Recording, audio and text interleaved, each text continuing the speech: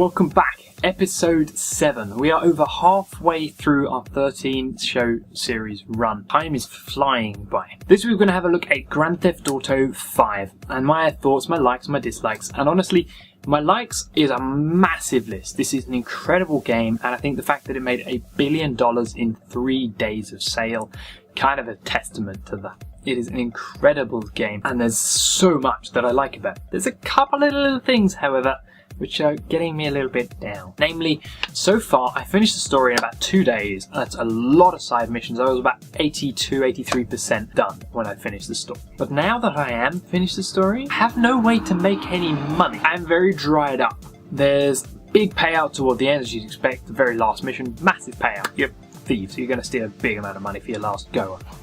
Done. Now what do I do with it? I could invest it in the stock market, fine, but that's a slow process that takes a couple of in-game days to get your return on that, and when you're looking for quick cash, that's not really a way to do it.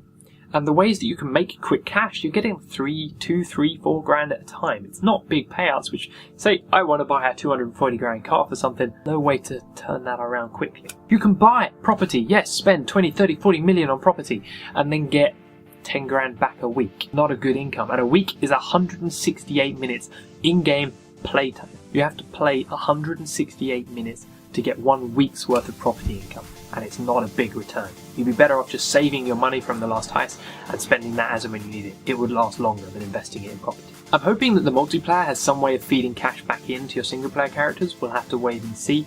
But honestly, when the multiplayer comes out, I'm not sure if I'm even going to touch the single player characters again. The multiplayer for Grand Theft Auto is going to be huge. And this, don't get me wrong, it's not Grand Theft Auto 5 multiplayer, it's Grand Theft Auto Online. It's its own standalone entity, and it's going to be huge. There's 500 missions in the multiplayer alone, there's 69 missions in the single player. That's how big this is. Now, I could do an entire separate video on Grand Theft Auto Online, and I may just do that at a later date in the series. We'll see how that goes and what the multiplayer is like and whether or not I even enjoy it. I think I'm fine. But we also have lots of other things to show you in later episodes, so we'll see about that. Other things that I wasn't so keen on in Grand Theft Auto 5, though, the cars that the players start with, that Franklin, Michael and Trevor all have as a starting point, not so wonderful. And if you want to go and steal yourself a fancy car that you see driving around the street, park it in your garage and then use that from now on, good luck with that. You can park it in your garage, it saves it. You go back in, you get it out of the garage, you drive it to a mission, you start a mission, the mission says, get in Joey's car. You get in Joey's car, you start the mission. The car you then took to that mission start, gone. You're not going to see that again. There's no way to save it. Yes, okay, you parked it in your garage originally, but no, you're not getting it back. So it's very easy to lose those fancy cars, so as a result, you just find yourself using the character's default ones a lot more than you perhaps normally would.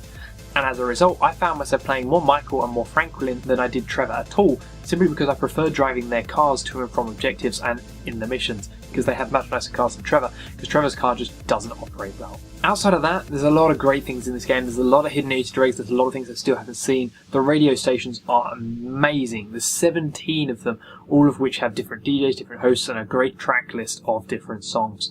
It is an incredible depiction of Los Angeles as well, Los Santos, slightly shrunken down version. There's so many iconic landmarks, there's plenty of screenshots and photos out there comparing the real world towards the game world, and it is a very tight match.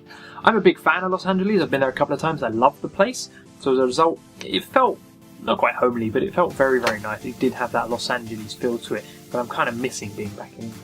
Now, we also last week had a competition to win this Teemo hat. We asked you who would make it out of the League of Legends World Finals group stages. Group 1 was OMG and SKTT1, two teams that were, to be honest, expected to make it out of that group. They both had 7-1 records, very, very strong performances by them, took that group by storm. Group B, however, was a little bit closer. Fnatic took that group 7-1, which to be honest was a surprise to a lot of people. They are a very strong team. Not so many people, however, expected them to quite stomp that hard. Now, second place went to a tiebreaker between Samsung Ozone and Gambit. Samsung Ozone is a South Korean team that everyone did expect to take that group by storm and to have the 7-1 record. As it was, they ended up in a tiebreaker and they ended up losing to Gambit. So they came third. Gambit have gone out of the group second. So Fnatic and Gambit made it out of that group. Congratulations to the user on the zone Supreme Nexus from the Alien Arena. He is our winner for this week. He will be winning this hat, or the clean spare one I have over there if he doesn't want the one I've worn. But either way, congratulations to you. We'll be in contact very shortly. So that about wraps us up for this week. Next week, we're going to be taking a look at Dawngate. Now, Dawngate is a brand new MOBA game on the way from the guys at Waystone Games. Now, it's slightly different to your traditional MOBAs, nothing quite like your Dotas or League of Legends, but I'm not going to go into too much detail into how it's different, of course, because that's what next week's show's about. I'm also going to have a very special guest from their community team coming on to help explain things and help answer some of my questions. So if you guys know what Dawngate is, and if you have any questions that you want asked or answered on the show, do head over to eu.alienarena.com/thezone and leave us those comments in the discussion thread for next week. I'll pick up some of my favourite questions and I will ask them to our very special guests. So again guys, thank you for tuning in this week. We'll see you next week with Dawngate, and do please stop by the arena and give me all your great Grand Theft Auto stories from this past week, because I'm sure you've got plenty of them. I want to hear how you guys played the game, and if you've got some better ways to make quick cash now that you've finished the game, please tell me, because I'm running very low on funds.